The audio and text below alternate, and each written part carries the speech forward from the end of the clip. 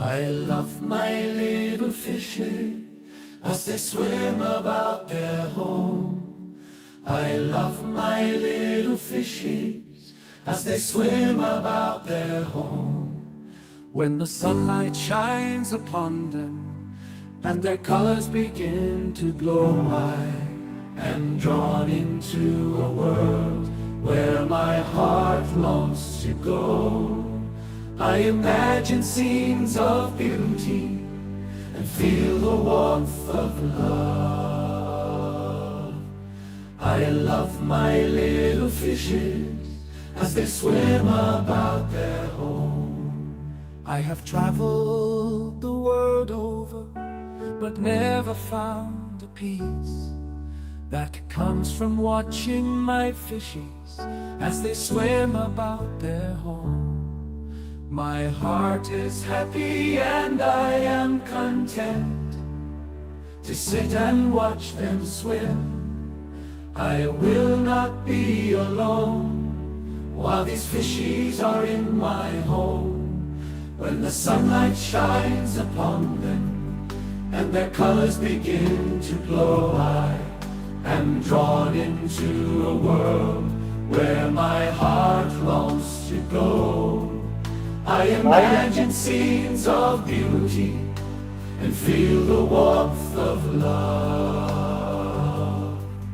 I love my little fishes as they swim about their home. Well, Heidi.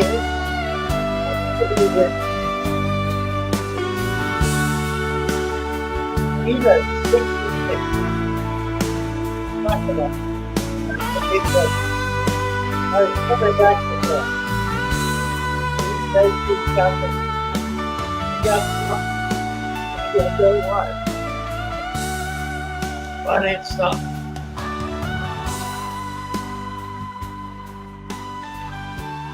So probably Brenda will be joining us in a bit.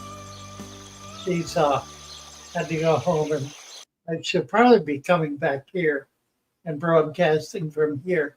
So we'll see how it all works out. In any case, we've got 2 hours to spend together this evening. What would you like to do? I guess I could give you a report. Let's see. Let's see first of all who here. Neil Carson is a brand new member of our Father Fish YouTube community. Come on over and join us on the Discord, Neil, on the Father Fish Show. 3G is here. Happy to see 3G. Adam Armbruster. Hello, Adam. Good to see you. And Chu is with us. Baron Bottom Bratton is here. Christian B. Hello, Christian. I never did get a label to you so I could get those petals up here. I suppose I still need to do that. I assume you still have them. So let me know if you don't. I'll try to get that done tomorrow. Oh, Christian B. Let's see, who else is here? Fish Sam Link is here. Welcome, welcome. And Skort. Hello, Skort. Sailor Red. Nice to see you, Sailor Red. Let's talk about fish, says Adam. Good idea. And John Shane. Hello, John. What's new? I'm probably going to talk about that. Not a whole lot. 3G, the Angel Fish Whisperer. Ain't that just the truth? Start Fresh Aquatic, 5:51. Yeah, I usually start at 5:45 to create a kind of a 15-minute lead in so that those coming in at 6 will be added to the our regular followers. It gives us a few more people. I mean, we're at 35 right now. Um, in 10 minutes, we will probably be at 50. And that's usually will settle in 50 to 60. It would be nice to get it back up to 100. We've been at 100. And we could get back there. I think the way to do it is to play games and give things away, which I'm not averse to doing. It tends to get confusing, is the real problem. And we wonder whether we got the right stuff to the right people. Father Fish, the new Mote Aquarium opening up to today. We toured it. Very nice, my word. Well, yeah, Mote has built something rather astounding. This is in Sarasota, Florida. The Mote Marine, it used to be called, God, it can't even remember all of its names. It was founded by a woman who I met. I'm going to think of her name in a minute, or somebody will come up with it. I met her on the Baltimore Aquarium Board of Directors. She started a porpoise research facility in Florida on the east, the west coast. I'll get it, on the west coast. Oh golly, a long time ago, 40 years ago, probably. And then moved into Salisbury, moved to north. She was down around Northport, I think just south of Northport. Had a facility there, which is defunct now. Moved to Northport. Moved to Sarasota. Got a nice facility, and it just kind of grew along the way. Mote is it's a research facility, kind of a rarefied one. It's funded with permanent staff from various foundations and universities that have it as an adjunct to their operation. So it has a series of income streams that are regular income streams that have been going on for years and years. About 20 years ago, a man was invited to join the board. His name was Mote. He was an inventor. He invented a device to put trains back on the track when they jumped the track. And he made hundreds of millions of dollars on that single discovery, that single invention. Moved to Salisbury, became involved with Mote, and began pouring vast amounts of money into Mote. They finally named the facility for him, and I think that was based on him putting up a huge multi-million-dollar grant. In any case, that's kind of what led to Mote becoming a very wealthy and actually relatively small operation. It's not vast and expansive. It's rather tight. The new facility, it is remarkable. We should have a picture of it somewhere. Let me see if I can get it up. It's certainly worth looking at. Let's see. Mote New Aquarium.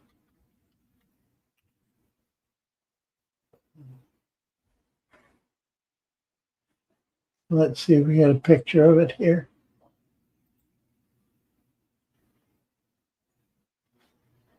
Oh, yeah. Oh, what do you see this? Can do? All right, I gotta go. out. There we go.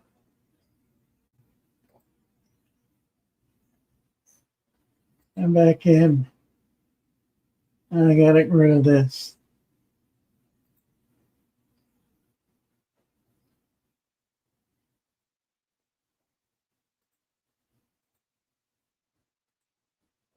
There it is. Oh, can you see that? I mean, the thing is remarkable. It's built to look like a ship. And it's, as you can tell, it's huge. It's just really an enormous structure. Okay, let's see. We'll get back to where I want to be here. Somebody's coming in and out. There we go. Anyway, they opened this, and when you do a walkthrough, it's worth doing the walkthrough. You can do it on online. Just go to Mote Aquarium, MOTE. It is an educational center and has areas for each of the major research activities or research functions, research centers that are going on at Mote. So it looks to me like the central staff has all moved into this new facility. So it's very unusual. Not what one would normally expect as an aquarium. It's really not an aquarium. It's really a research facility that is on display. So it has lots of display features demonstrating its activities. Just kind of a remarkable thing. Let's get us out of here. There we go. All right, we got a couple of people up. It looks like Caden Edwards and chairs. Let's go to Caden. Here we can get him. There he is. Hey, Hi, Caden. Hi. Good. How are you? Good. So I just wanted to ask a question here. Sure. I have this tank that had a beta in it, but I'm trying to introduce it to this tank with another beta. Okay. They're currently in there. The white one keeps chasing and flaring, but the other one doesn't really want to fight. Do you think this will stop, or will it end up the white one killing her? I'm trying to see if it's for sure. Yeah, it's two males. It's not a good idea. Not a good idea? One of them is going to wind up getting destroyed. If you can find some females, put a couple of females in there. Even one will be good. Yeah, they might not survive, or one of them at least, might not survive the evening. I would not do that. Yeah, it just, Okay. for sure. Okay, There so I'll you go. remove the other one. Pretty, yeah, do. They're too pretty to lose. All right. Nice, Thank you so much. nice fish. You bet, Caden. Thank you. Have a good one. Bye. Let's see who else is here. Chairs is here. Hey, Chairs. Hey, Father Fish. How are you? I'm pretty good. Where is Dina gone? She's sick. Oh, really? Okay, wow. Yeah, she Well, is oh man, I hate the flu. I had that like a week or two ago. yeah. Pretty bad. But what you up to, man? I don't know. I haven't figured that out yet. I haven't either. Just came up about 10 minutes ago. I'm hanging out by myself. Brenda's supposed to be along, I think. So we'll see if she makes it in. Meanwhile, I'm just kind of hanging out and chattering away. Just finished talking about Mote. Adam had mentioned they just opened today, and it is remarkable. It's Yeah. an amazing, amazing facility. Yeah. I So what? You go first. go ahead. Oh, okay. So this is really just turned into an ecosystem. Even if I didn't go to like a creek or anything, I will be going to a creek to make a food web. But Good. there are like snails, ones that have like not just bladder snails, but like ones that have like normal round shells that you find outside, Yep. like in the dirt and stuff. And I have what's it called? A trumpet snail, Yes. and he's just really not doing anything. But I mean, like, he's there for like a little maintenance with the tank. Yeah, he's thinking But about it. yeah, he's thinking different options. Should I leave the tank? Should I stay? He's having this life decisions. Right. But it has turned into an ecosystem. Correct. It's a little cloudy right now, but like it might just be a bacterial bloom or something. It's more Like, likely. It's more likely a single cell algae. oh really? More likely, yeah. Which is a lot Okay. more desirable than a bacteria buildup. Okay. Also, I wanted to know, why is my water lettuce, hold up. Why is it like it has like this clear stuff on it? What do you mean? Like, I'm not sure if you can see it like that. It's kind of like a sap. I don't know. I don't know either. I looked it up on Google. Of course, you're not. I rather not trust Google, but it said it's like supposed to be taking the bad minerals out of the water. I don't know if that's true or not. I'm just Well, there are no bad minerals. It's getting its nutrients from the water. Yeah, I'm talking It's not, about the ammonia and stuff, but that's not bad for the plants, of course. well, the plant that's food for the plants. Oh Plant, yeah, plants absorb ammonia directly, which is yeah, why when you put plants in a brand new tank, the night that instantly establishes the nitrogen cycle. yeah, yeah. I was also watching more of your videos and stuff, and I not just I feed mostly my fish like this part of the tank and some of my pea puffer. Like I feed my pea puffer snails and mosquito larvae. Okay. Um, and I feed this tank mosquito larvae most of the time. Sometimes if I can't find any mosquito larvae, I have to go for like pellets or something. Yeah. Um, I mean, like you know, don't have an You get a option. food web going. Get a food web Really, going. without anything, I have a food web going. Well, you will. You've got a certain amount of stuff. If you add to that, you can increase the diversity. That's the main Yeah, function.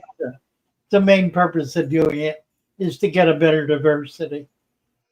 yeah. But 'Cause so, do I have one right now, or is it just sure, like at its sure. start? You do. Well, it's not highly developed yet, but it's there. And you've got Okay. microorganisms. You have microorganisms in there that you can't see because they're too tiny. But if you had a microscope and looked at a drop of water from the substrate, you'd be It'd amazed be how there. much Yeah, life is in there. Yeah. yeah. I mean, like that's what the substrate, like the soil, Right. the aqua preta. Right. Yeah. Honestly, I'm more happy that I went with this than the fluval crap because, Mm. I did a little more research.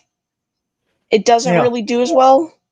I'd rather Right. have something. Of course, we can never really do like perfect on a tank or like perfect like a stream because that's God's thing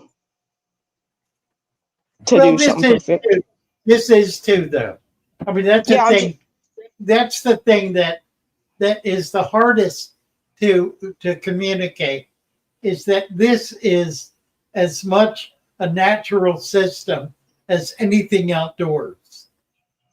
yeah. I was thinking like, you know, lakes or ponds or something. That's, you know, like God just like, you know, put that in there. Okay, but God, the how can I say it? The laws of nature apply equally, Man, you have a fair point. right? You have a fair point. My gosh. So, I didn't realize that. That was dang. Uh, it's interesting, isn't it? Yeah.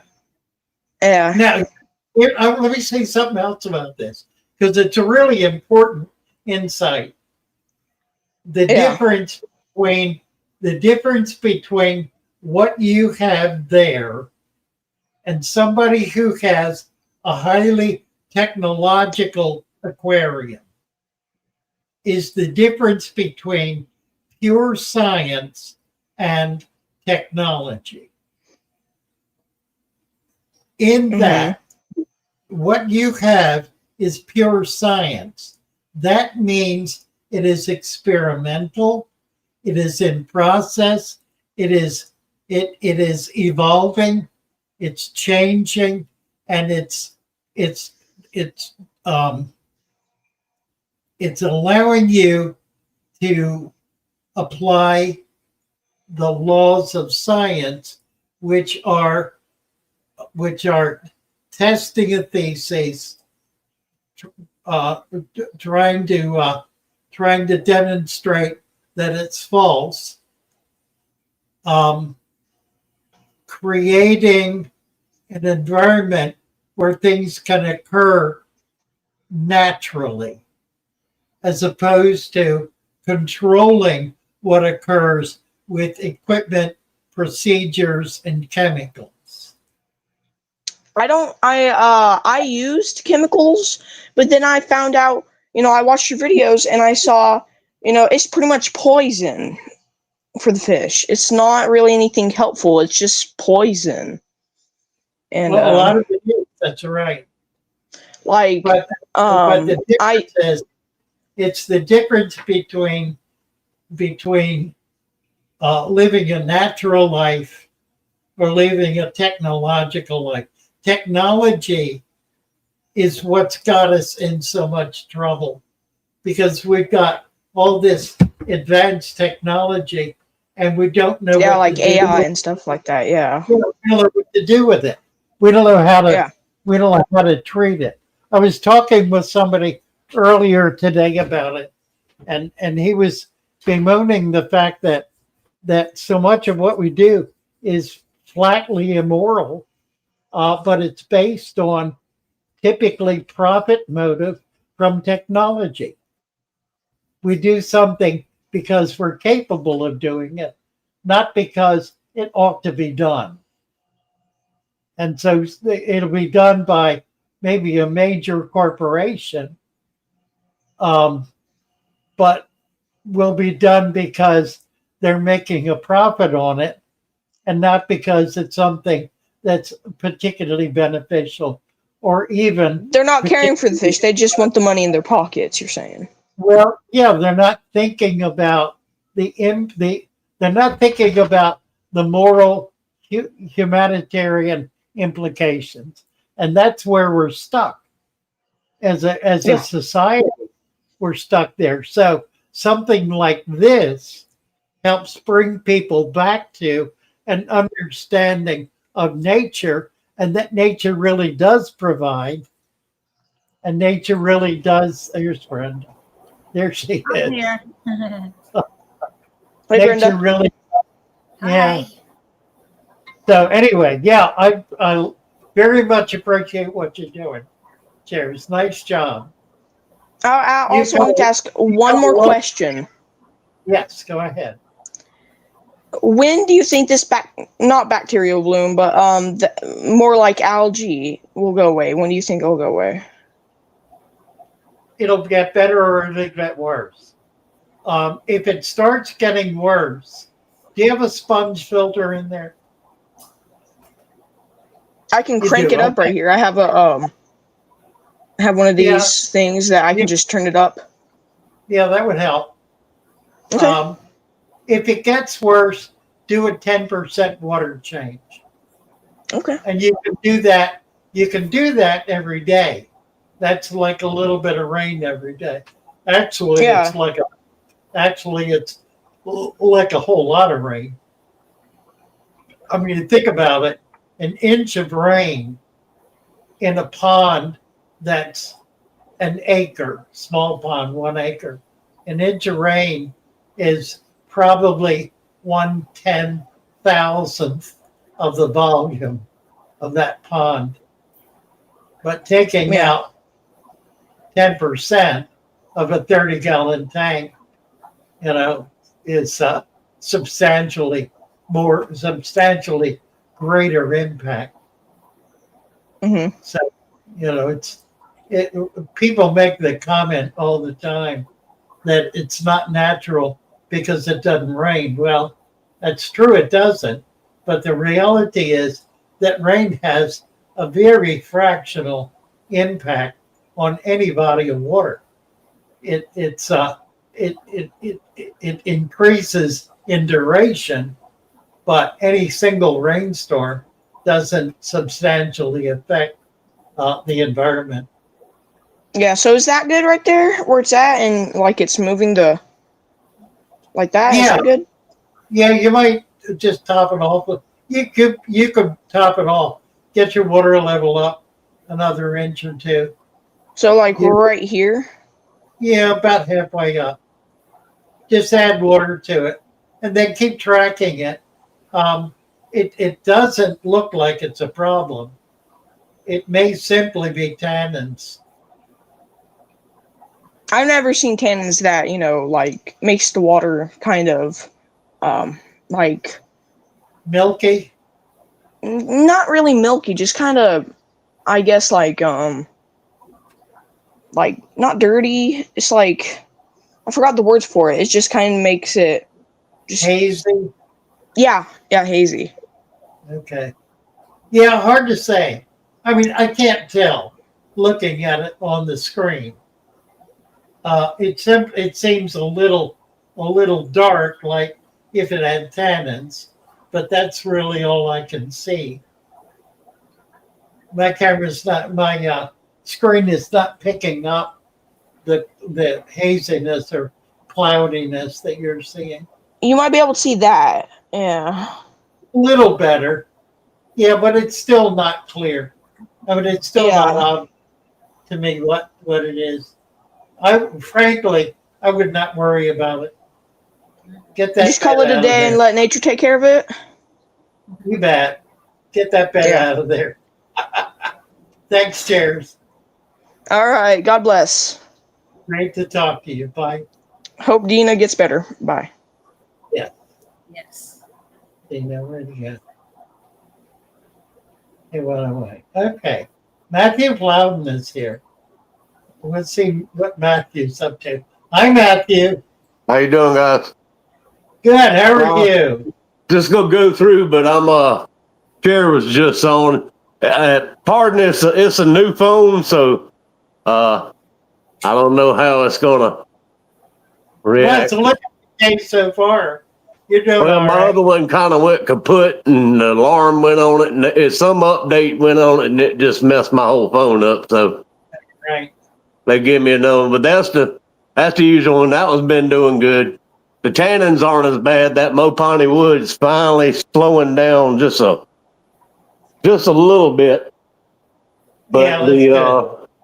the thing I wanted to refer to is he was talking about his algae bloom, and if you remember, I had this 10-gallon that was so green you couldn't see through it.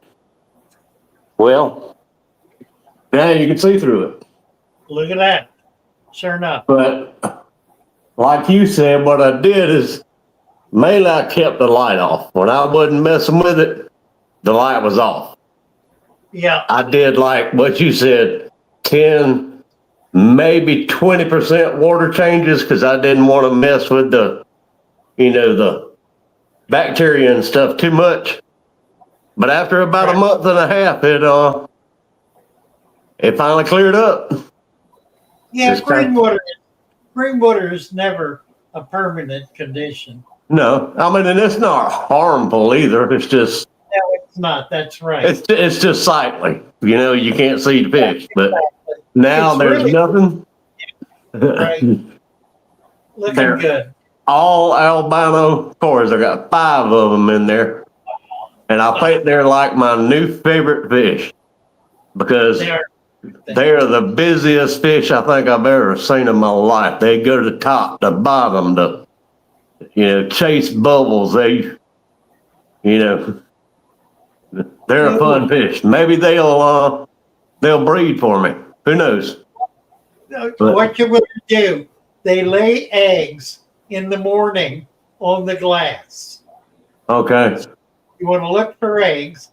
If you see them, you need to remove them because they'll eat their own eggs. Okay. You can take them off with your finger. They're slightly sticky. Yeah. And then Well, put them I have 1 gallon over here that's nothing in it. Well, that'd be Except for perfect. a little plant and maybe that, that partho, but maybe I could just throw them in there. And there's some algae in that one, so they'll have something to Right, that'd be fine. munch on. But I'll keep it. They put it on the glass, you say? Yeah, Okay. yeah. They're kind of white. They look white and they're real tiny. Not real tiny, they're small. Right. But you'll see them. And say just what, kind of rub my finger and get it on my finger? Yeah, Okay. you can do that, or you can use a razor blade and then hold a net under it so they Okay. fall in. Okay. Well, I'll see if they do something. There's 5 of them in there, and I'm sure there's got to be at least a difference of the sexes in there with 5. I feel sure. Feed them worms. That'll Feed get worms. them. Yeah, that'll get them egged up. Like Well, like the little blood worms or whatever. Yeah, Okay. right.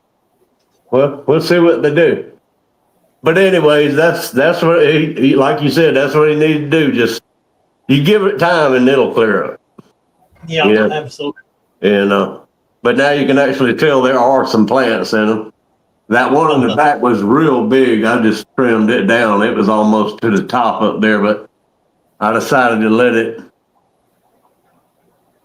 get its roots established a little bit better and stuff. And I don't know if that's a sword or if that's a crypt, but it's a thick little plant. I think it's a sword. Yeah, it's like a crypt. I would say it's a crypt by the way it's growing. Yeah, but it's at the bottom. There's in that little clump. There's probably 30 little stems in there. Yeah. In that one little clump. Yeah. But anyways, I'll let you go to the next one. I just kind of wanted to show that, the algae don't stay around forever. Just give it time. But that light's a big thing. It didn't really do nothing. I started turning that off and I let it stay off like a catfish. Right. They like it dark anyway. Thank you, Matthew. All right, later, guys. Bye. Bye. Where are we? I think my AFib is back. I've been having trouble sleeping and breathing and all that sort of thing. I'm going for a echocardiogram on Friday, so I guess I'll find out. Oh, Skort, I gotta head out. Oh, Skort's leaving. All right, well, bye, baby. Doom Pie. Madden's Factory. Yeah, I bought 3. We've got some really amazing food. Just really remarkable stuff. Brenda, you look tired. Are you tired? Just a little bit. Dennis. Yeah, we kind of got That's Flavio.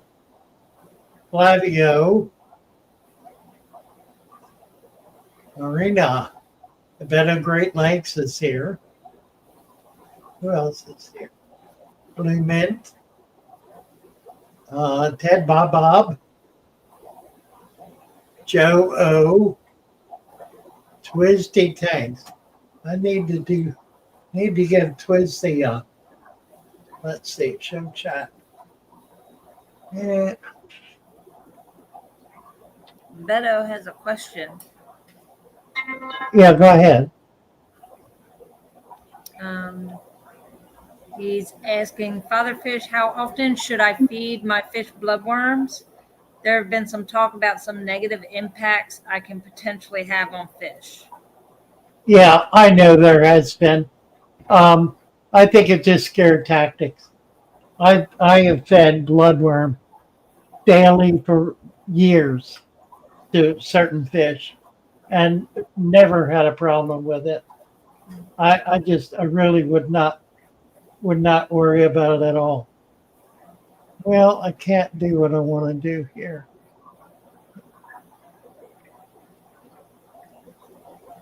Let's see. Flavio, who was it? Somebody. Oh, there it is. Twisted Tanks. Cleaning the pond and catching fish. Sounds fun. Let's see. We're going to give you a wrench. Add as moderator. Save. And you now are a moderator. Let's see if we get everybody else. Joe, Matthew, Bass Queen, Kim M. Kim says it's jelly. It's talking about the slime on the lettuce, the floating lettuce. Doom Pie says it's just moisture. Holly Girl is here.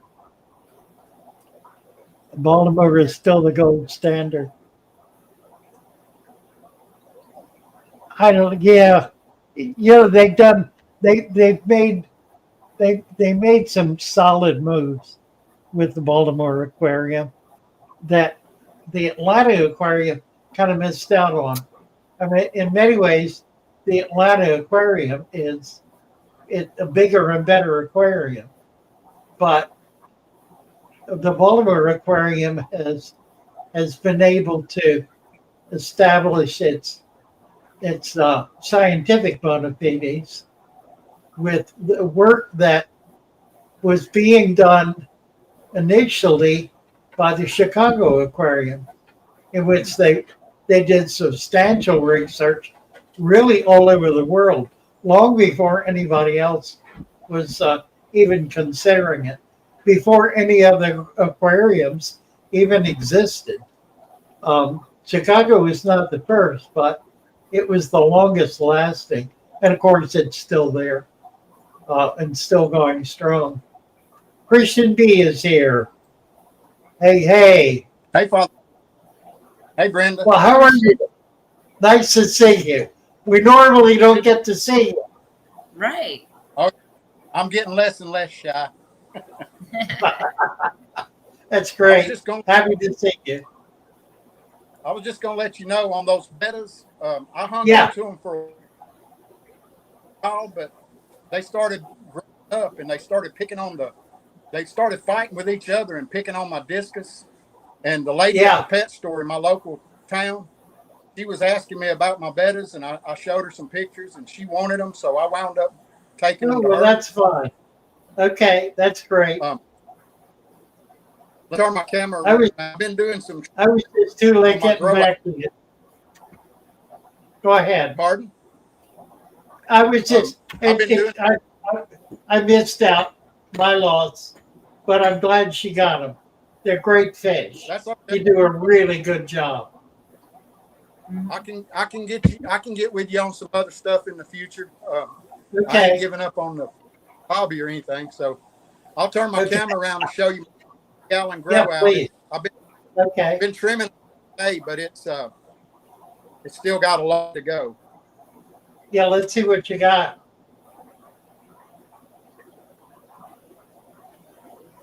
Wow. Lord, Nice. look at all the angels. Yep, these are the same ones. They're starting to grow up. They're between a nickel and a quarter size now. Are they some black? smaller ones. Yeah. Oh, they're Well, marble. they're marble, but some of them are almost completely black. Yeah, I've they're actually really pretty. I've actually got a pair of blacks that just paired off and laid some eggs, but I wound up with the eggs molded all but about half a dozen, but the half a dozen Yeah. women now, so I'm going to try to raise Well, those. that's nice. Well, good for you. But I've got some little ones in here too from a separate spawn. I've been moving a little bit at a time. I'm trying to get rid of a lot of these right here. I shipped out a half a dozen the other day and give away a few to my local pond place. The guy at my local pond place, he keeps fish too. Wow. He You want to send me a bunch of them? Yeah, we could work that out. Okay. I'll contact you. I'll get back to you. All right, you can hit me up on Discord. Okay, sounds good. Yeah, I trimmed and pulled a lot of floaters off of here today. There's still quite a few on there, but I've got tons of floaters and a bucket full of just trimming from my Vallisneria and some of my other plants. Yeah. But I took 4 of those angels down to my local pond place. The guy down there has a aquarium at home, and he was asking about them. And I took them to him, and he traded me this. What, a big clump of Java moss? That's a good deal. I think we just lost him. Yeah, it froze up on this end. Yeah. Elizabeth has a question. Yes. When I set up my 29-gallon tank last week, I had bubbles come up from one corner. Does that mean my substrate isn't good? No, it's perfectly normal. It's creating carbon dioxide, CO2, which is perfectly normal. It's what it's supposed to do. So it's because the chemicals are very active at the beginning, so they tend to create more gas. But it just goes up and goes out of the tank. Doesn't hurt a thing. Not a problem. And Kevin has a question. Father Fish, I have 10 pygmy corridors, but every time I drop food, they don't eat it. And one of them died all of a sudden. Any ideas why? Well, no idea why it died. If they're not eating, that means they're getting enough food otherwise. Are you feeding other fish in there? Is there other food going in? They do eat the waste of other fish. So if you've got them in with other fish, they're probably already getting more than adequate food. Let's see, Christian is back. Yeah, I don't know what happened. I think I dropped my internet. Oh, But this big black angel here, the guy was trying to find a new home for him because he said he was being real aggressive with everything in his tank. He had a pair and the female died. I brought the male home, and I had this blue clown in this 29 tank with a couple of tetras and some Siamese algae eaters. So I just put him in there to give him a new home for now. yeah.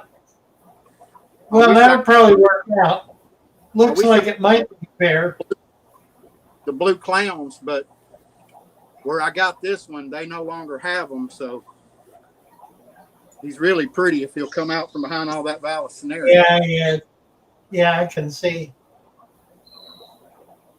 And then right here, I've got this pair. They're the parents to the ones I've gotten to grow out, and they've got about 15 or 16 babies that they're able to get this time. And while I was trimming today, I looked over and saw this. Oh my word. So I didn't know if they're going to be okay with those little ones in there with them when they're Well, trying to. yeah, they'll be. Yeah, they will. They will. That's They'll be, remarkable. You always never see that.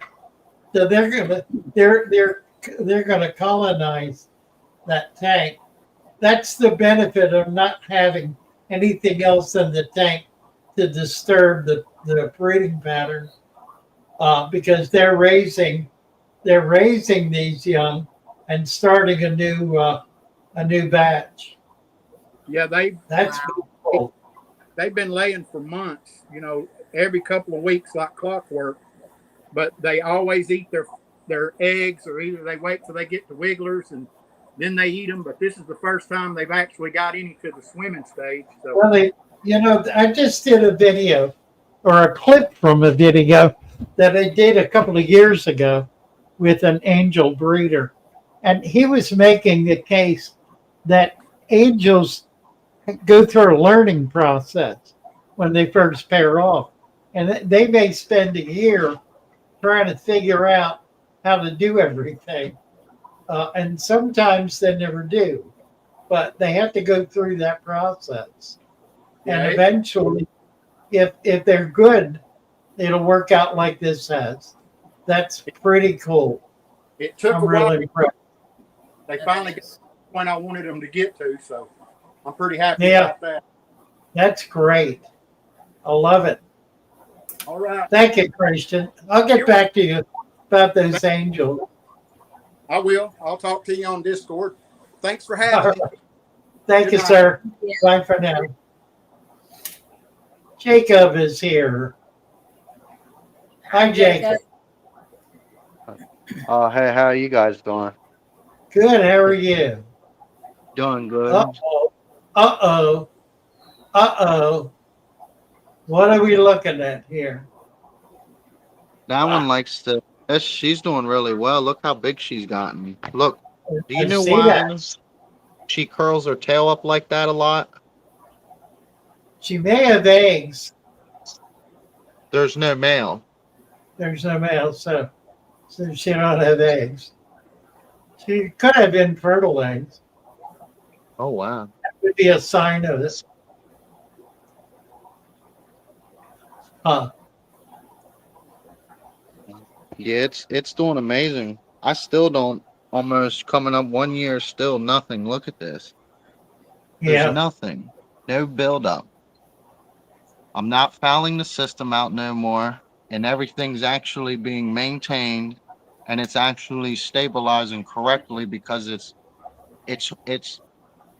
creating its own nutrients and holding its own nutrients and supplying its own nutrients out to the plants as needed with no Right. foul. I used to Yeah. have a lot of buildup on these plants. Look at that. Look at the sides of the plants. There's no buildup. Right. Well, that auto helps. All those little autos. But yeah. When you let nature run things, you get something really quite nice. You really do. Yeah, better than you could achieve by trying to force it in a given direction.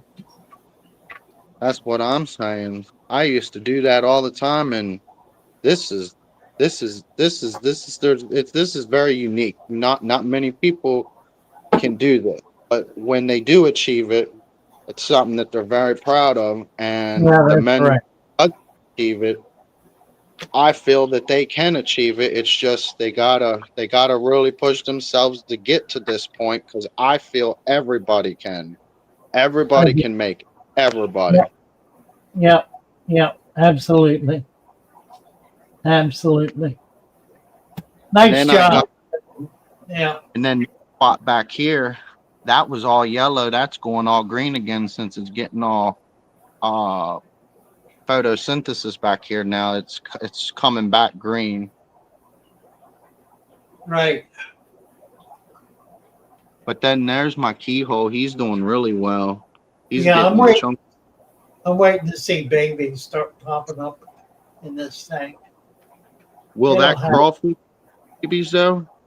No, She no, won't? you're Okay. right. It needs to be fertilized. My guess is that the first spawn is going to be angels. That you'll see I think eggs. it might be angels because they're the biggest. They're the maturest. Yeah, Those keyholes I think are still a little young. yeah. They're a lot more delicate too about breeding. Angels don't mind breeding with other fish around. Keyholes really want to be more secluded. Right. I'm gonna get them their own tank, and then I'm gonna have me some babies of them. Believe that. So that'd be great. And then the little female, she's doing really well too. Look, she never seen no spots, nothing hitting her fins, nothing. That's what Look I'm what so amazed at fish because see, I have angels and all that, and they have them long little things right here, and that crawfish can just go and yank it. well, he's got to catch them first. Yeah, that's true. Alrighty, well, thank y'all again. It's Thank it's you, been such a blessing to see Amen. this. Right. Take care. Bye for now, Thank. Jacob. Bye bye.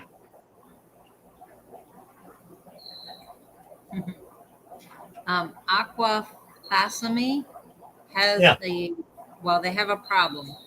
Hey, Father Fish, my Siamese algae eaters are in a temporary tank I set up 2 months ago just for them because I'm changing the tank they were in. But last 2 days, they suddenly started scratching. These are my only fish currently, have them for 2 years, and they never did that. If you got a heater in the tank, raise the temperature to 86 degrees. They're scratching because they have ick. It probably got cold, probably dropped down into the mid 70s or so. But if you'll kick it up to 86 and leave it up there for a week, it'll get rid of the ick and kill it.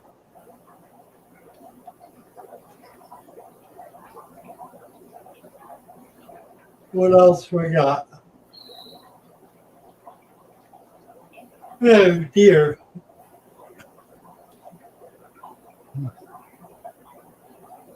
How often should I feed my fish bloodworms? Yeah, we did that, didn't we? I've been seeing those comments. Part of the issue with bloodworms is that they're grown wild. They're grown in mud ponds. They tend to come in with a lot of leeches. Now, leeches are pretty good food for slightly larger fish, like a 2-inch cichlid or larger. Will just have a feast on leeches, and they do come in. And used to be you never got them alive. Now they're coming in alive, which means that they're doing a better job of shipping and not killing everything in the process. I don't know who's producing the worms these days. They used to come out of one farm in Northern California. It's pretty tricky. I've known a couple of farmers who have been trying to establish colonies, and they've not been particularly successful, not to the point where they can harvest any real quantity. I know they're doing it in Mexico, but the customs has not figured out how to deal with them, and so they tend to hold on to them until they become a rotten mess, which makes them of little or no value. So, once we get all the working parts coordinated, we could start seeing worms come in again. Right now, it's hard to come by. It's really hard to find them. Now you can collect your own, and it's really not hard to do.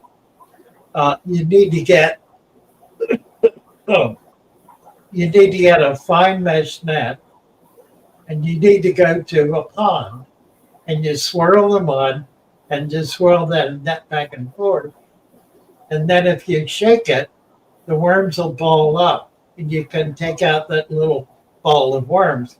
You do that enough, and if it's a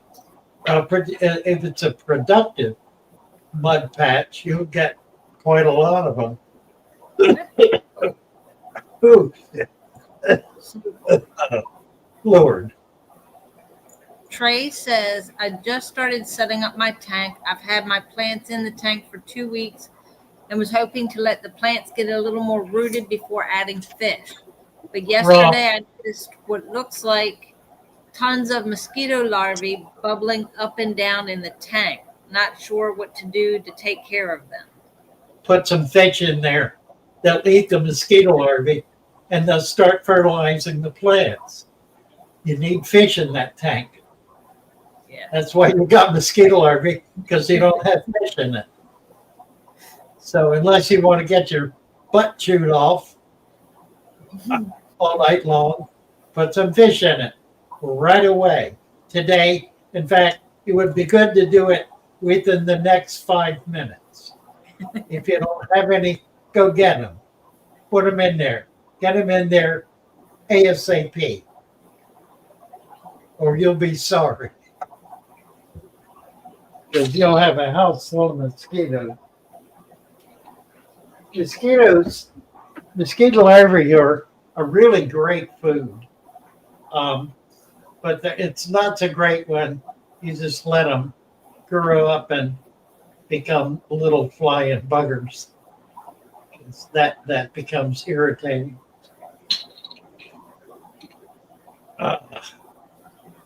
Fish, plants day 1, fish day 2.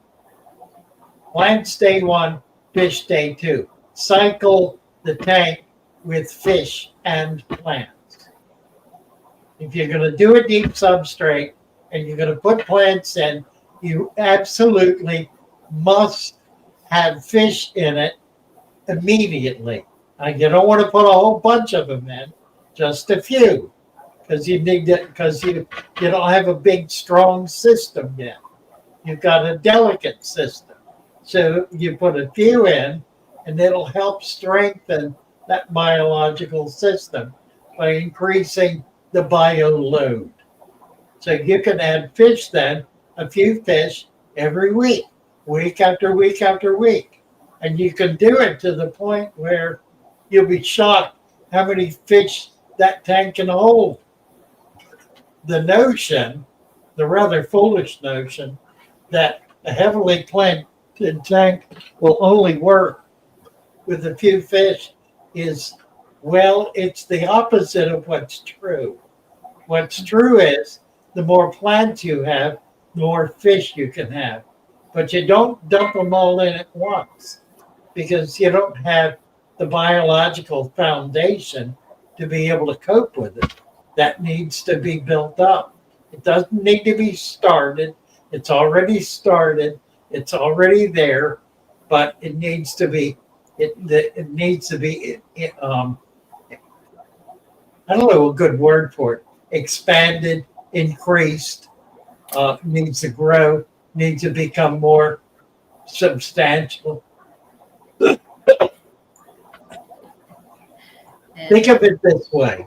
If you have 8 elements of, let's see, 8 elements of, all right, the waste. Let's take the fish waste. 8 elements of microfauna in your tank that are capable of breaking down the waste from poor fish. And that can be stable. That means if you put more fish in, the microfauna needs to increase in numbers in order to be able to handle the increased bioload. Now, it'll do that. It'll do that more or less automatically. But the key is you don't want to push it hard, because if you push it hard, then all you do is create a biological overload that can cause the tank to go into a cascade failure, in which one thing will die, it'll lead to two more things dying. And before you know it, everything's dead except for one fish. There's always one survivor. In every catastrophe, there's always one survivor. It's a law of nature that there is one survivor. I don't really understand why that's true. I know it's true because I've seen it countless times. I think it's true because once you get down to the last fish, there's just barely enough O2, CO2 exchange at the surface for him to be able to breathe. It's kind of reached that level where he's the only one that's capable of surviving. Anyway, put some fish in there. Eat your mosquito larvae. Feed the plants. Make it happen. Go for it. Beto Great Lakes wants to know, can you talk about black water? Want to bring my pH down for a wild betta. My pH is at 8.2. Whoa. I would suggest you use distilled water or RO water and add some of your water to it. Maybe try it at a 50-50 ratio or 25-75, 75 being the RO. Try 50-50 first and see where that gets you. If you mix them in a smaller container, it'll give you a better idea. You can buy RO water. It's available in the supermarket. Or you can buy an RO system and make it yourself. Or you can collect rainwater. Or you can get, if you can, mountain spring water, which has a very low pH. So, and you can find it naturally if you're in an area where it exists. I'm not. There's no soft water on the eastern shore of Maryland. It's all got stones dissolved, and it's very, very hard water. Now that's the deep water. There may be shallow water, like rainwater runoff. The problem is we don't get a lot of that. And what we do is going through sand and soil, so it's picking up minerals and picking up nutrients as it flows across the surface of what really is a flat land. It's like Florida. It's like the Everglades. I mean, it actually really is very much like the Everglades. On the eastern shore of Maryland, you can look literally for miles and see nothing but marshland, just like in Florida, just like in the Everglades. So it's really not a lot of difference. And Aqua Fasami says, and does fish poop always have to fall off directly? It just looks good, the right color, but it won't come off directly. It's not the stringy white. I don't have my glasses on. Where are you? What's the time stamp? 6:45. What's this? Matthew Platten. Fish poop being long. Thank you, Matthew. And you just froze. Where is it? In North Carolina? I think North Carolina has a series of small aquariums around the state, most of which are native. What was that? I'm sorry. 6:45. Let me get to it. 6:46. Doobie-doo.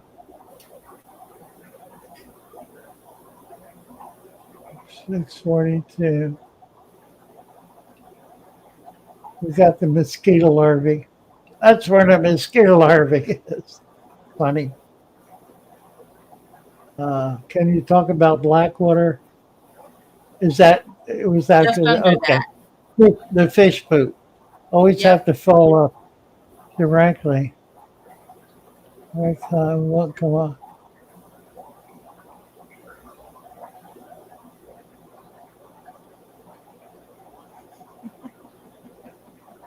Oh dear. You ever see what in the world was the cartoon on TV? I can't think now. Shit, won't come to me.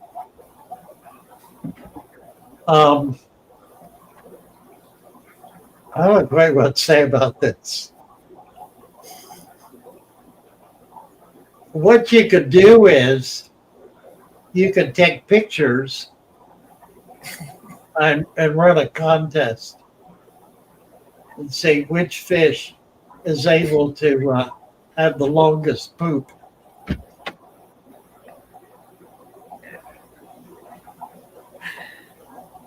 And they give it a prize. Extra worms or something.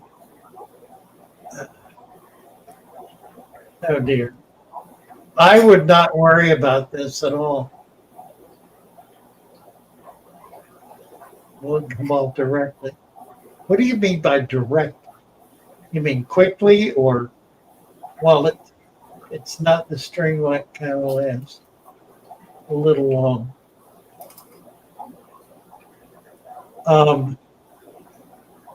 This may be a really good example of creating problems where they don't exist. Maybe.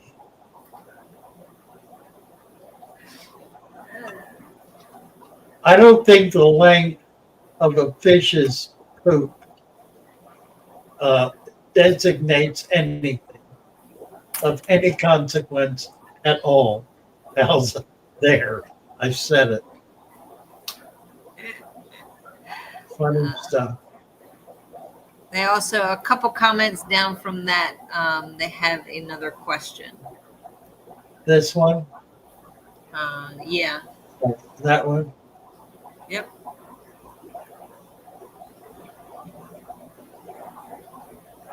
Well, I'll tell you what. The question is, how do we maintain a nature aquarium with all the organic matter? And the answer is you don't. You allow the aquarium to maintain itself because it will balance out.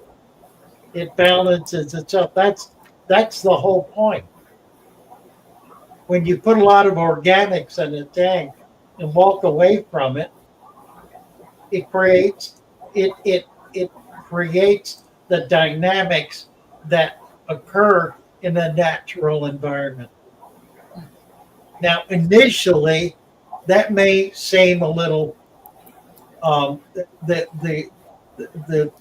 the conditions they create may seem to be a little off. That's where patience is required to give it time to settle down and become stable and healthy. It's not going to be sick. It's just going to be going through some phases that may cause you some consternation. Well, control your consternation, be patient, leave it alone, and it'll work itself out. When I do a video that is titled Do Nothing, I get a lot of, well, I don't get a lot anymore. I don't get a lot of flack. I do get some. But the flack I get is from people who are just being jerks. I mean, they're people who want to control everything. They want to control every single process that occurs in their tank, not realizing that's a fool's errand. You can't do it, but you can make the effort, and the effort usually results in everything dying. That's the more common occurrence. Of course, you can always find some big YouTubers with big tanks full of big fish in in completely empty tanks, other than the fish that seem to be healthy, video after video. You'll notice, however, that with some of the bigger ones, you'll see fish for a while, and then somehow you'll never see them again. Now there are exceptions to that. I mean, there are people like Kenny and KG who are able to keep fish alive and healthy for years, many years. Those are rare fish keepers and who have learned the discipline required to be able to do that. And it does require discipline if you're not going to do it in a natural aquarium. If you're doing it in a natural aquarium, the discipline that's required is to keep your hands out of it and let nature do it. And that's really what I was getting at earlier. We live in an age that is so technologically centered that we think we have to push a switch or turn a button or dump a chemical in or do something in order to make things continue.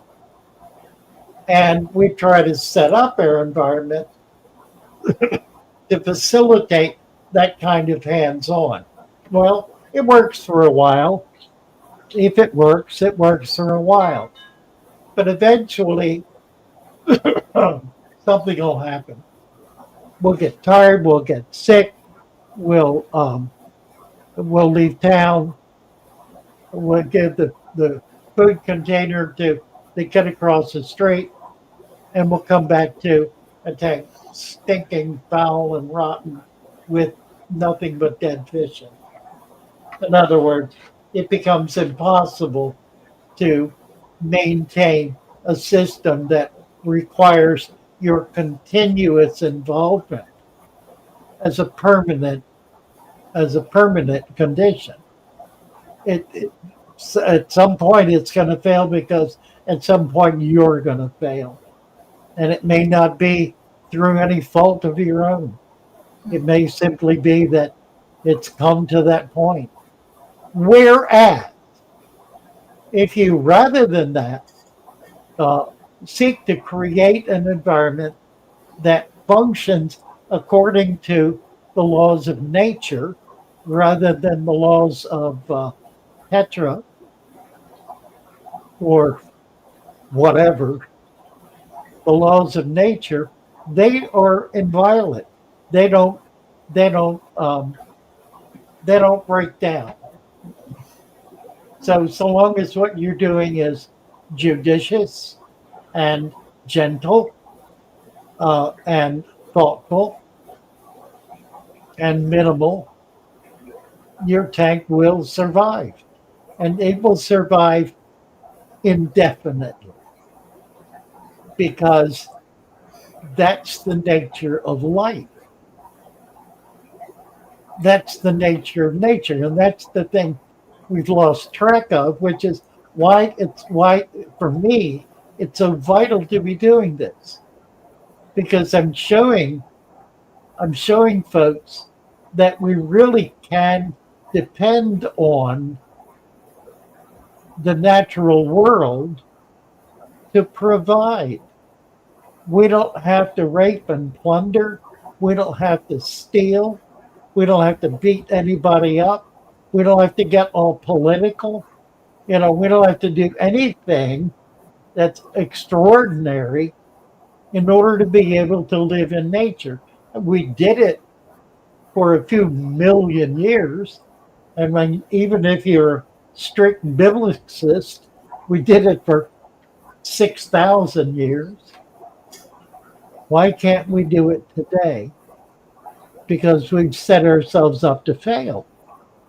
We've set ourselves up in environments that are required where failure is the function. It's a requirement. And so we lose our humanity, we lose our morality, we lose our decency, we lose our respect for others. We become murderous, violent, evil, sinful, destructive, all because we're trying to take the place of God and be gods ourselves, and we're too damn stupid to be able to get away with it. If we were smarter, we could play God a little better, but we're pretty dumb, so we can't do a very good job of it. But why try? We don't need to do that. We have the ability on this earth to feed every human being on the earth to the point where they are fully satisfied and fully healthy. We have the ability. We don't, I think, have the will because we put other things in front of that. We put our financial self-interest in front of that, or our greed, or whatever. Our commitment to I don't know, raping and plundering, I guess, the piracy. And there are a lot of people who believe in it. Here I go. I'm gonna get political now. Trump did a roundtable today on Antifa, and I watched part of it, and it was really quite enlightening because it turns out that there's a huge, virtually $1 billion industry funded by countless very wealthy people and foundations that are focused on creating chaos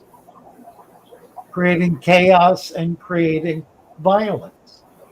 And that's their purpose. That's their intent, to break down society. So where in the world does that come from? How is that a good thing? How is that even desirable on any level at all? But that's where we're at. And I think we're there because we have lost our way as human beings and have come to, we built the Tower of Babel, and now we can't maintain it, but we're stuck with it and we're stuck in it. So get into your aquarium, let it teach you how to survive and how to be whole and how to be healthy, how to be happy, and how to be loving. Let's see, we got Alex and Cinnamon here. Let's get Alex up. Hey there. Hello. Hi. Hello. How are you? Good. So I just wanted to, hold on, how do I do this? I just wanted to show you what my tank looked like. Oh, wonderful. Okay. I was on the show a couple years ago, but then I moved to a different area and then I had to Okay. completely redo it. So Nice. All right. Let's see what you got. so I just got some valves and then I have some wisteria Uh-huh. in the back. And then I have a big thing of driftwood in the middle. Yep. And then I just have betas, tetras, and guppies. What is your substrate? Tell me about your substrate. So it's sand, Black and sands. then Yeah.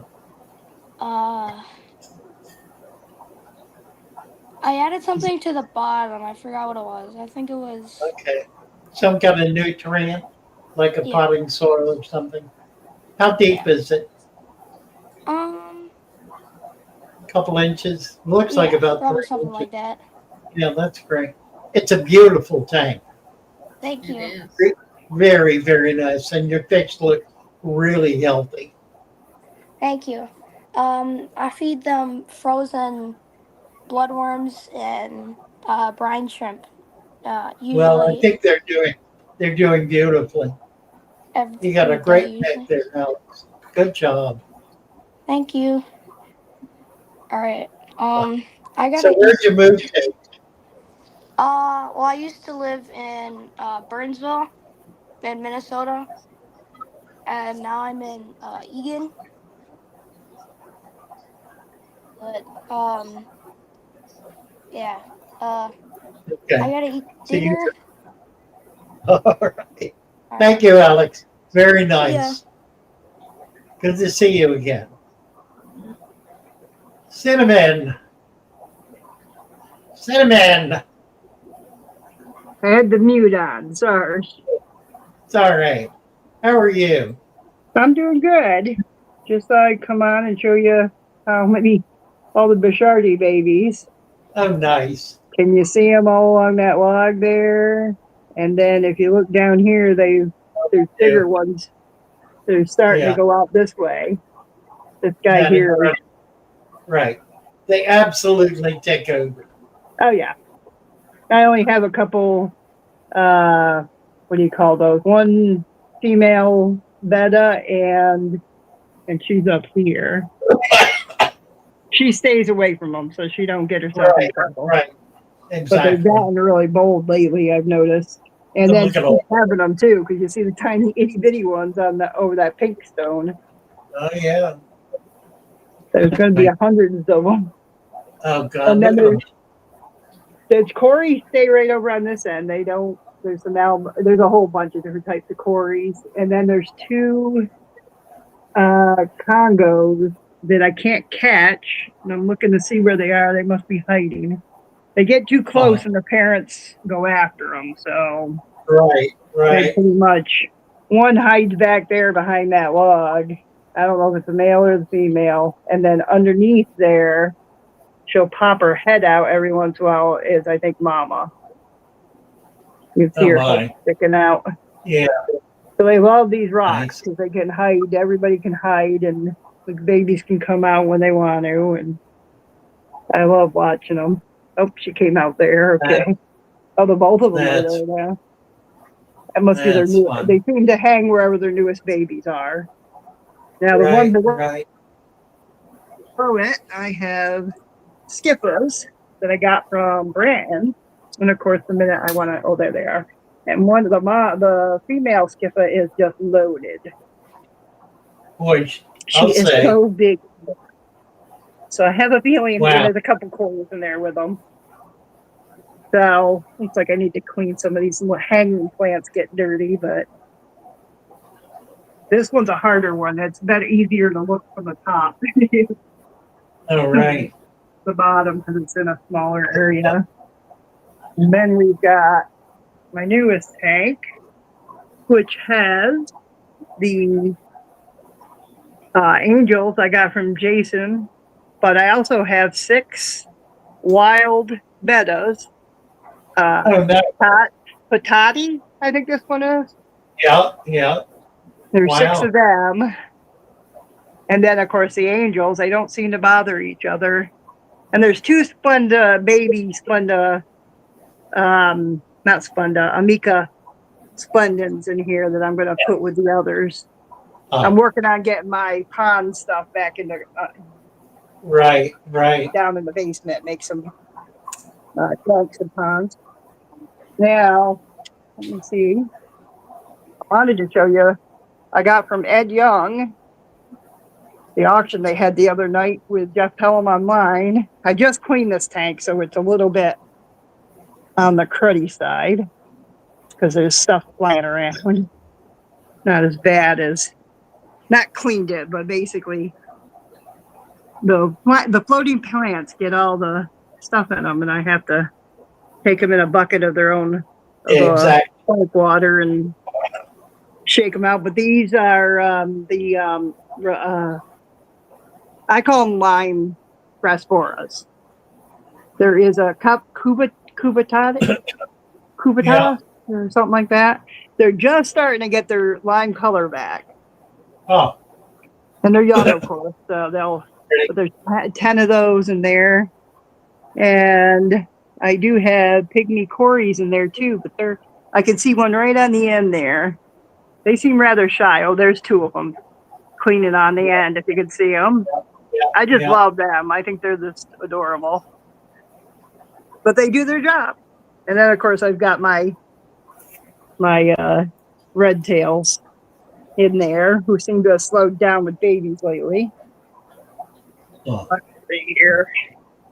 I'll show you quick the big tank. You can see there. There's my blood parrot. That's Toby. He's a big old ham, he is. Right. And then I think I'm having some, the electric blues, I think they dug a hole, a little cave back there. So I have a feeling they're getting ready to have babies. Likely.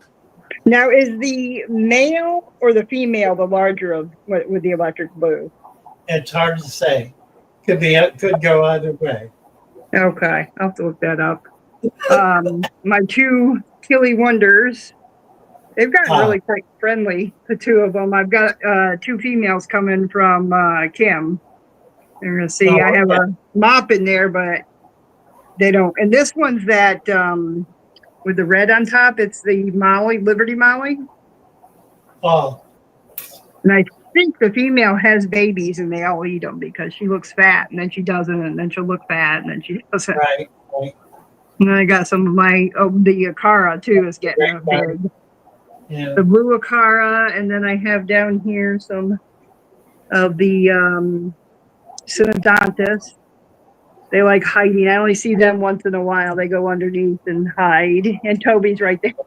He's always right there. He wants attention. He wants to know what I'm doing. So he's taking over. Fortunately, he's not a mean blood parrot. He seems to leave all these guys alone.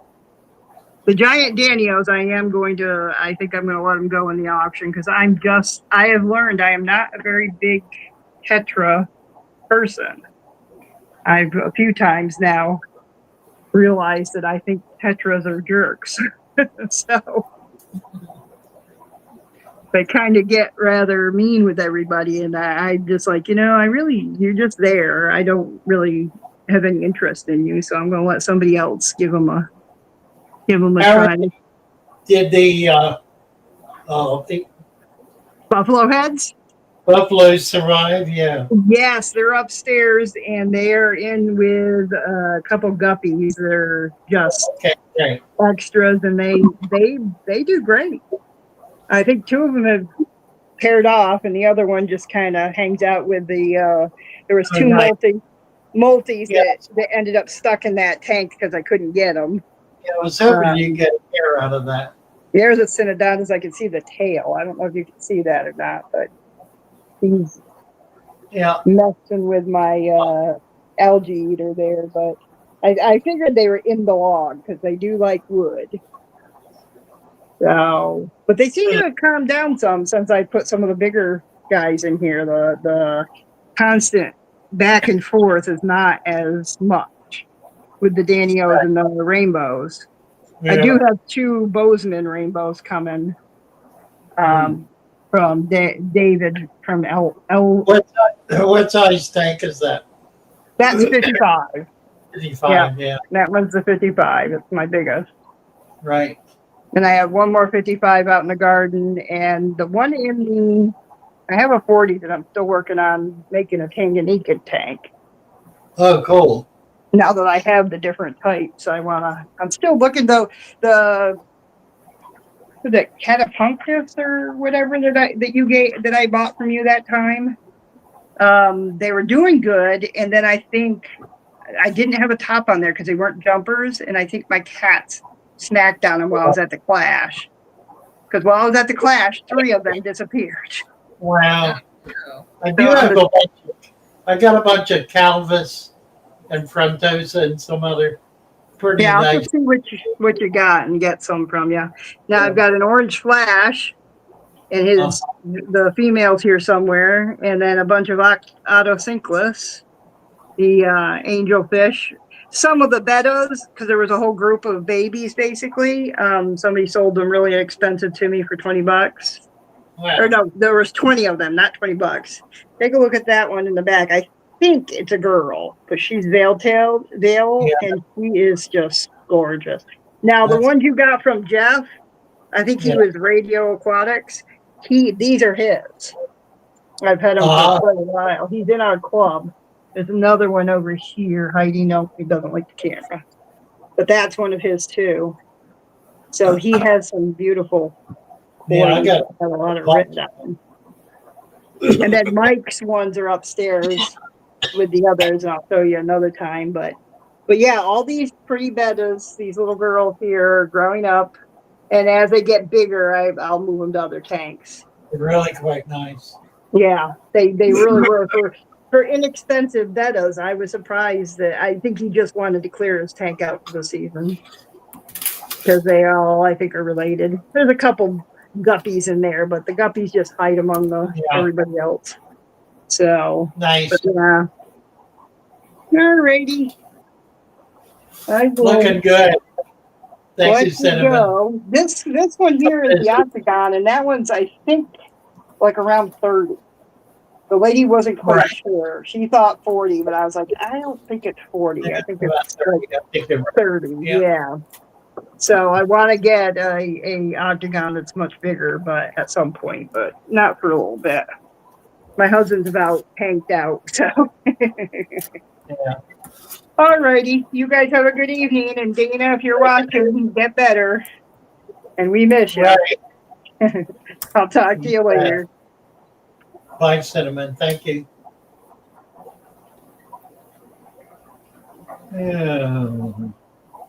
What are we doing here? Anybody else?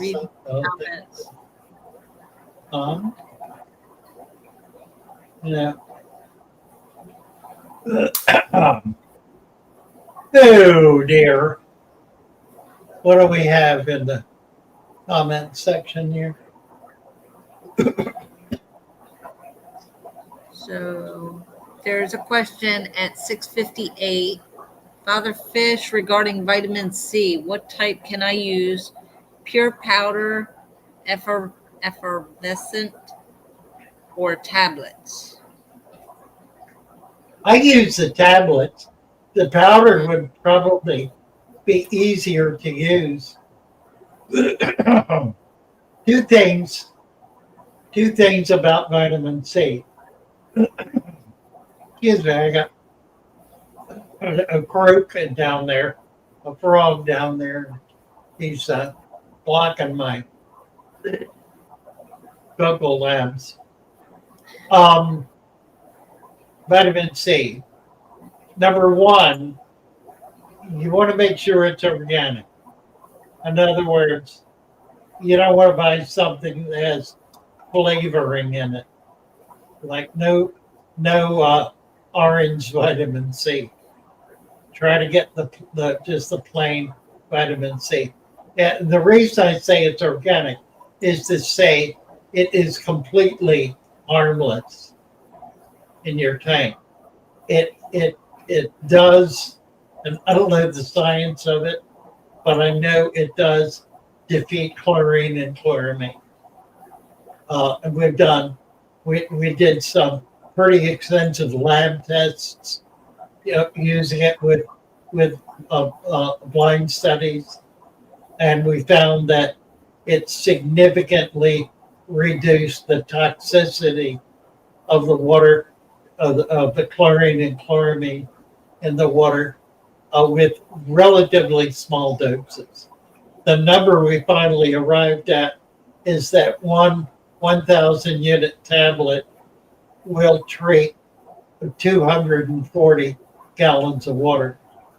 So it doesn't take much. However, having said that, you don't need to cut that tablet up into little tiny pieces. Throw the whole thing in because it is organic. when it dissolves, it actually provides nutrients for the plants and some of the microfauna. So it's a nutrient. It's not a chemical. It's something that works naturally in the tank and is beneficial. As to types, just try to get something pure. If you can get the 1,000 tablets, I haven't used the powder, but I would imagine if it's not treated with some kind of a taste enhancer, that it probably is going to be easier to use.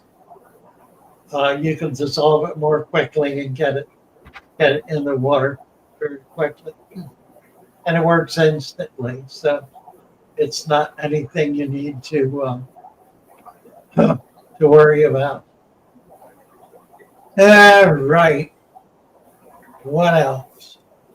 Well, right under that, they're talking about their sand getting darker and they're growing some kind of bacteria on it because of the phosphates. Brown diatoms.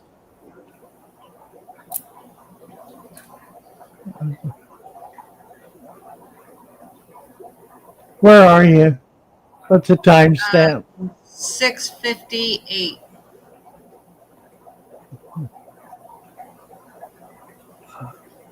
Okay, Aqua Fasami down at 712. I'll go back up to this, but on the way there, I hit this cyano taking over because of the higher phosphate. So reduce the phosphate, do some water changes, reduce feeding. It's combination of things. It's also high nitrates. Reduce feeding, change food if needed, do some partial water changes. You can manually remove the cyano, but that doesn't get rid of it. It'll come right back. You have to get the cause covered, which means you can put a phosphate sponge in there if you think that's really what it is.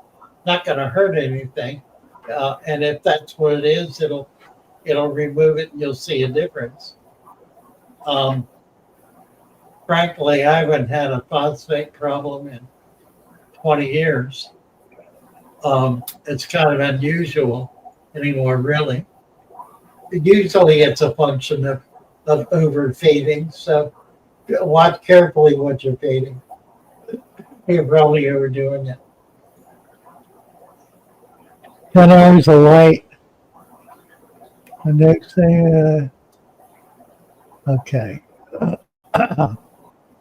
Adam says, I'm here for the rants. I know you are, and I am too. Where's Megan? I don't know. She's taking care of her onions. She has an onion patch. She's got 3 little kids. I have not talked. Well, I guess I did talk to her this morning. She's a busy bee, and she's here. Yeah, they were pretty venomous, weren't they? Oh, that's interesting. Aqua Fasami is saying nitrates are zero, phosphates are crazy high. I have oakwood twig branches and at 0 plants. When I had a leaf litter.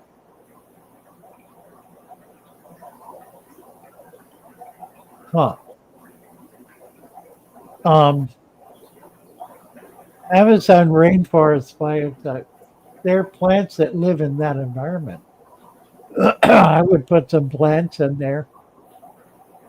And go ahead. Adding the leaf litter is not going to make the phosphate issue worse. It probably will help to control it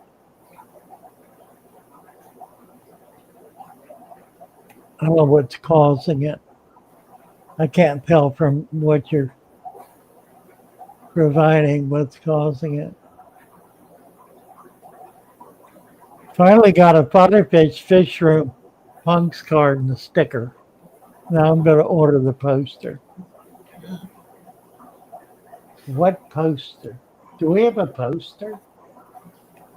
Do we have a what? We need a poster. We need a poster. No, Yeah. we don't have a poster. No, we need one. We need one. Okay. But talk to Tommy. Put together a poster. Something we can something we can run off on our printer. On like cardstock or something. Okay. We need a poster. I'll talk to Tommy, see what we can come up with. He will be full of ideas. Yes, he will.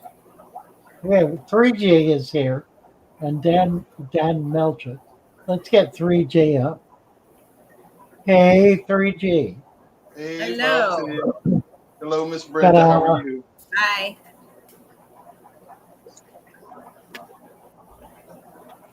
Got some angelfish as usual.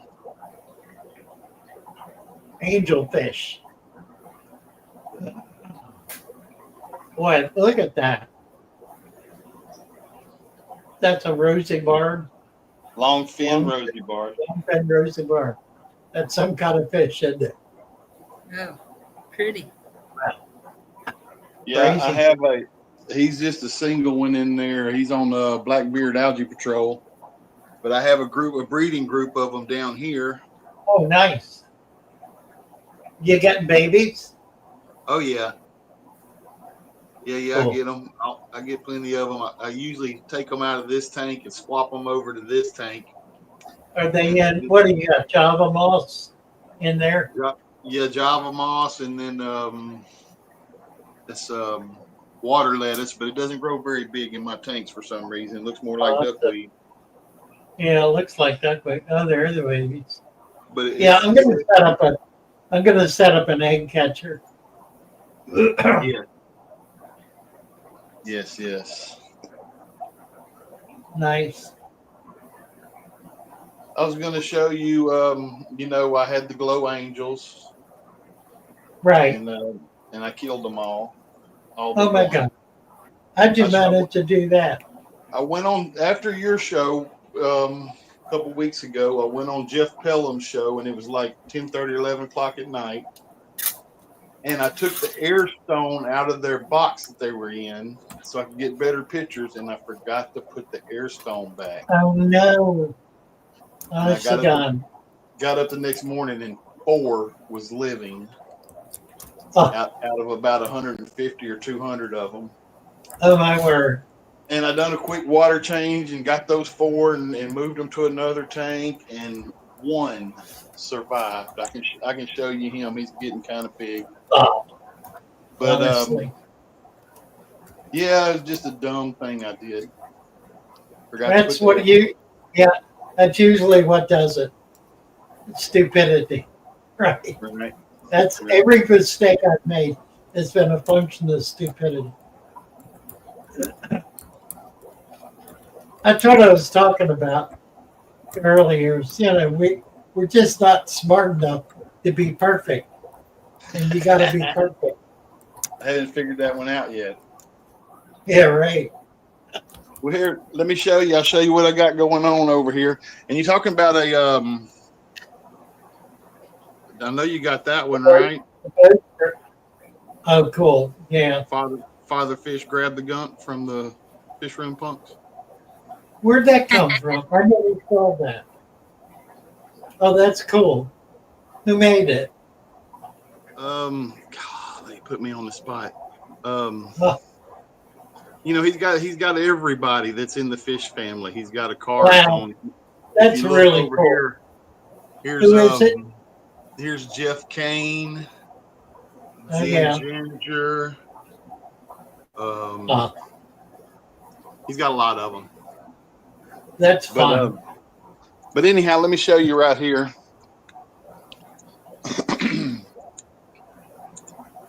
In this little container, we've got another batch of pink angels. Oh, wonderful. Kind of see them in there very occasionally. Cool. I got some brine shrimp here ready to feed them. If y'all want to, see if we can get them to get in there. They're out and swimming. Yes, sir. They're still kind of close to the bottom, but yeah, they're definitely there's one right there. It's gonna be hard to see.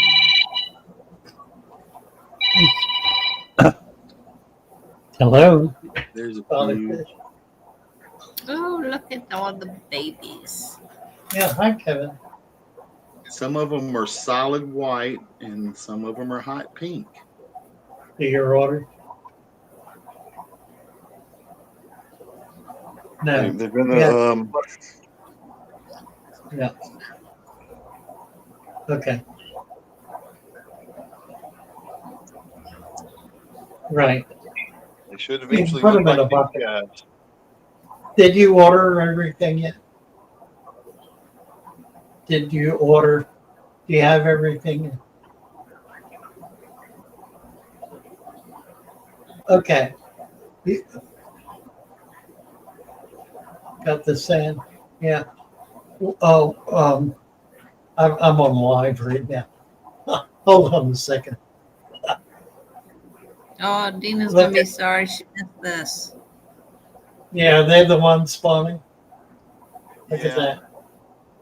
Nice.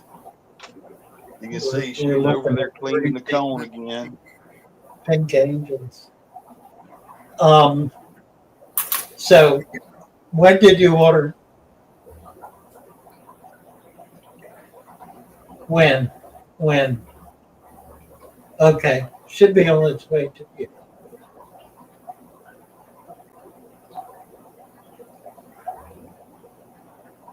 Well, we had our shipment of plants is not arriving until tomorrow, so that's kind of tied things up. But it'll certainly, if it's not gone out yet, it'll go out tomorrow.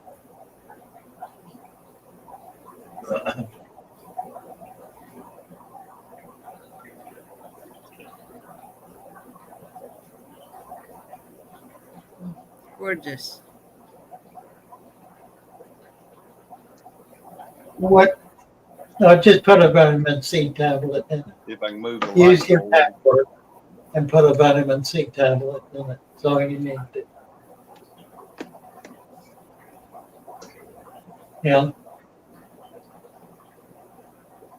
That's awesome.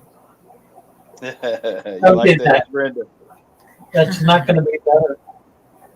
Our was worse because This the tank is pH overrun with snails. wound up with an acid tank. So don't do that. Use your tap water. Vitamin C, like you take, like it's in your medicine cabinet. Vitamin C, 1,000-unit tablet. Just throw one in. If you have chlorine or chloramine, it'll remove it. And it's, I know, I and think it's those not are my enough. favorite. Moving on. That's the Bulgarian seal points. Ah, gorgeous. Bulgarian seal points. Yeah. Okay, let's see. Yeah.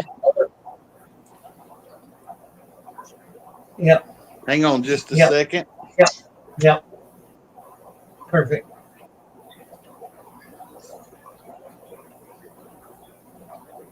Oh, it's not going to be able to get on.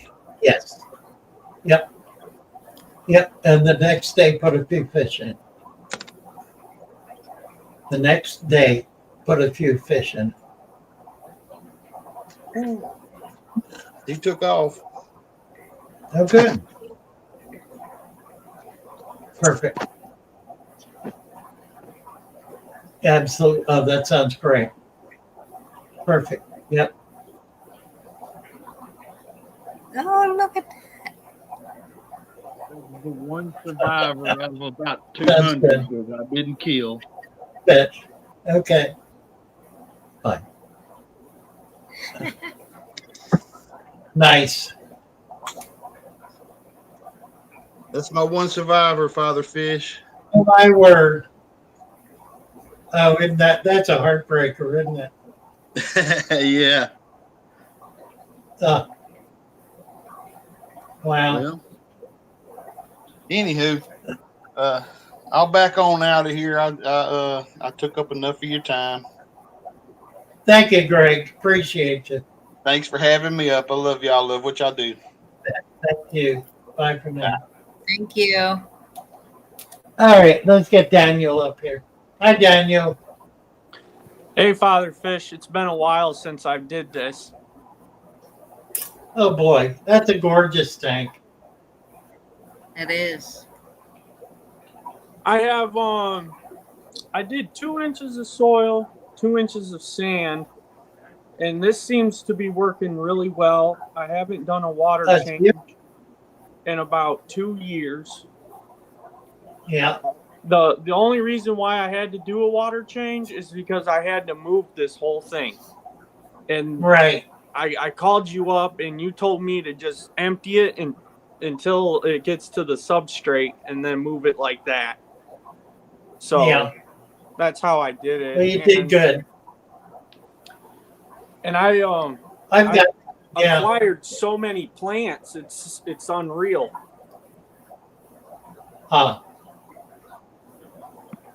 Really very nice.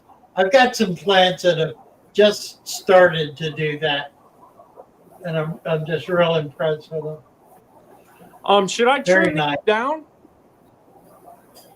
No, well, I don't know. That's your call. If you want to keep it as a carpet, you can trim it. It's up to you. Mhm. It might be a good idea, actually, because as it gets taller, the leaves at the bottom are going to die. Okay. Because of the light, it won't get to it. Yeah, basically, right. All right. I had So it would be good to keep it trimmed. It'll look nice too, trimmed. these cardinal tetras. I had those for a while too. I want to say about 7 months, and they're doing good in this water. Yeah. And You sure are. I used this local pond water, and I filled the whole thing up. Wow.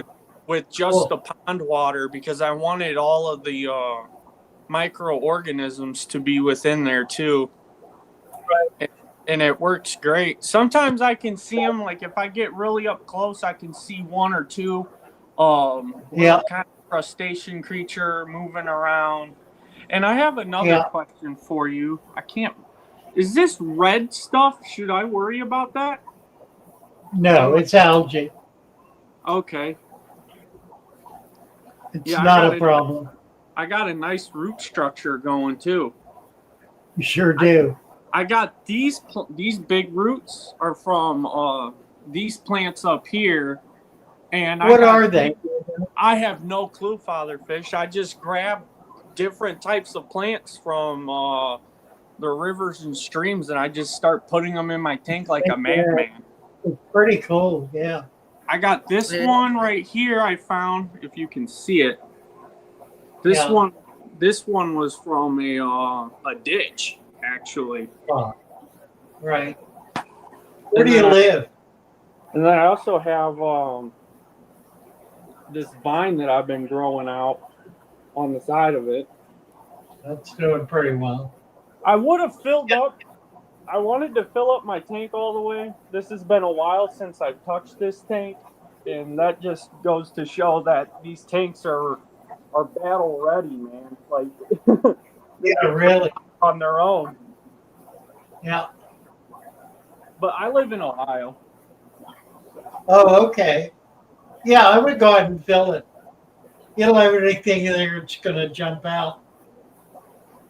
Yeah, I had water fleas in here at one point. They were jumping around here and all sorts. Really, and eating up. Yeah. Yeah. Yeah, I tried I went to the Maumee River that runs into Lake Erie. Oh, wow. And I went and I got like these other organisms too that I found that just were like little tiny creatures that I scooped up in a water bottle, and I dumped them in there. So that I hope that helps too. Yeah, it looks wonderful. Just real impressive. I usually try to keep it tidy, but lately I haven't it's just sheer laziness. I'm not gonna lie to you, Father Fish. I need to up my game a little bit and keep this in pristine condition, but it's kind of hard. Well, it has its own pristine character. It looks pretty good as is for not being touched It does, for doesn't it? Yeah, a it long really time. does. You It's know, I nice. haven't. I think if you train it, it'll just be so sharp. It'll make it crazy. It'll be really stunning. Yeah, I got some glass shards that I threw in there too, that I found at this glass factory near the river, and I put that in there. And then I got this nice looking amethyst that I threw in there. Is that still around? Is there still there? The shards of glass? Yeah. Yeah. It's near this place called the Rossford Marina. I go catfishing there, and everybody does, and it's just a good community that I go catfishing here near Toledo, Ohio. Boy, I'd love to get a box of that. It's hard to come by. Really? Because I can get it by the tons. Wow. Yeah, get on Discord or send me an email. I'll pay you to put a box of it together. All right, sounds good to me. I'll get you a box. That would be I'm gonna head out on here. All right, Father Fish. Well, thank you very much, Daniel. I love your tank. Yeah, Thank you. Gorgeous. Right. Bye for now. So William Cross wants to know what are the best angelfish for a 55-gallon tank. He has Corey's and Panda Molly and Mickey Mouse Platy. Whichever ones you like that you can get. Usually there's not a lot of choice. Angels are angels. The differences are all just aesthetic. They're superficial. One is not easier or more difficult than the other, particularly. Just whatever you like.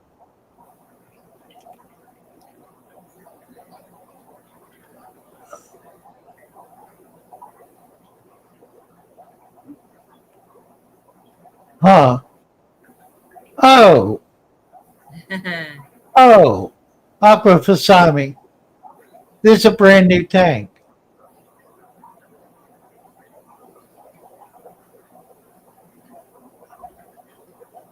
I think you need to move ahead with it and not be intimidated by a number on a chart. Yeah. It'll ruin your life. Just do it. Don't worry about it. ChatGPT. Well, I would ignore ChatGPT. ChatGPT, the only information that it has is the information that ignorant people have put in it. A few intelligent people, but a whole lot more ignorant people. Do not treat any kind of AI as gospel, because it's not gospel. It's just a conglomeration of whatever craziness was keyed in, and it could be anything or nothing. There's no wisdom there. Willie Bond wants to know where's the best place to get wild bettas. Thailand.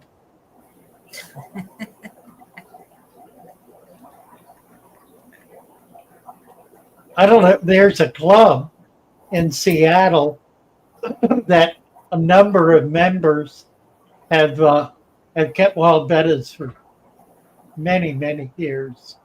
They may be out of it by now. I mean, I knew them years ago, but that you might try to just key in Seattle Aquarium Society and try to talk to somebody there, see if they're still involved in that. They probably are. Anything on the West Coast, any of the importers are going to have access. Here on the East Coast, we really don't have access to very much. It just it doesn't make it across the landmass. There's a lot that doesn't make it across the ocean. I mean, most of the really nice stuff that's collected or grown out in the Philippines and Thailand and so forth never makes it to California, never makes it to the States. The hobby there is so much bigger than it is here that the market just absorbs it all. So you need somebody who's in touch with an exporter, preferably in Thailand, who can get the stuff and ship it. But check out the Seattle Club. You may get a nice surprise. Aqua, I think you're making yourself nuts with it. Put that chart in a drawer and don't look at it again and don't test it again. Do a water change if you feel the need to. Get some plants in there, load it up with plants, and then put a couple of fish in it. Just do it. Just do it. Do it. Don't be panicked by numbers on a chart. That's all they are, is numbers on a chart. They mean nothing. Typically. There are exceptions, of course. If it says the pH is 5, then, I would trust that the pH is 5. And that could be a problem. But phosphates, nitrates, it's not worth the consideration. Kevin wants to know, do you have access to a different Cory species? A different what? Cory species. Oh, yeah, I do actually. I went through the list yesterday for my supplier. He had about 25 different species of Corys, some of which were like $40 a piece at retail. Wow. Just some pretty nice ones, lasers, a lot of really cool stuff. I don't buy the expensive stuff. I do buy some nice stuff. I always had pandas and stir-by. I've got the nicer ones, but the real expensive ones, I'll get them if somebody wants them. But I don't want to, spend the money and have them sit there forever. I did get lasers. Lasers run about $25 a piece. And I've had those, and they actually sold pretty well. So I could do more with them, I guess. I'm trying to get myself, get my nerve up to start shipping fish. And I just am not there yet. I think we are going to be able to do it, but we may get into the winter before we even start. We're kind of getting there now. Generally, shipping in cold weather, not freezing weather, but cooler weather is easier on the fish because the heat packs are pretty good, a lot better than ice. Ice doesn't hold up. The heat packs will hold up for 3 or 4 days. So I really want to do it. I just haven't got my Kevin stealing. He wants to know if he can pre-order and you get them, and he will drive to the shop to pick them up. Oh yeah, absolutely. Yeah, I don't know when I'm going to order. I'm getting we're getting a shipment in tomorrow. It'll be another couple of weeks. If you want to get back to me in about 2 weeks on a Monday, I'll go through the list with you and pick out some stuff you think you want, and we'll get them in. I'm happy to do that.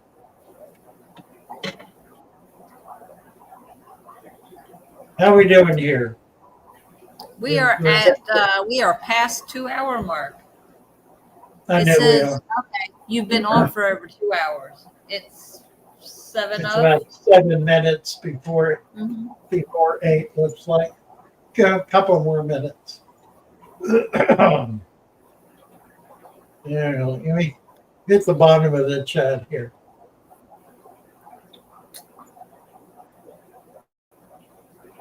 All right. Oh.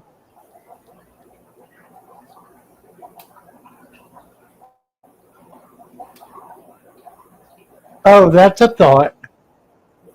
I know that And feeling, Christian. NC, yeah, and contact NC. He has family in Thailand. In fact, he just went there on his own, paid for the ticket with proceeds from selling his plecos, Huh. and spent a couple of weeks there.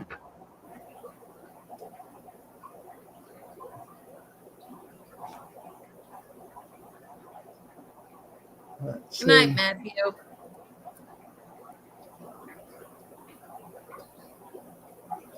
All right. Apex City. I need to have a wrench. Let's see. Get caught up here. Twisty. I did a wrench for you that should have shown up, but it hasn't. Or maybe it does. Yeah. Yes. Stephanie said it was 22 degrees this morning where she's at. I'm not ready for that yet. Wow. No. Where is she? I don't know. Where are you at, Stephanie? I think it was in the 50s here this morning before the sun came up. Yeah, it was a little chill. A little chill. Apex City. Apex City. That's the one. That is moderator. Okay, Apex City, we got you.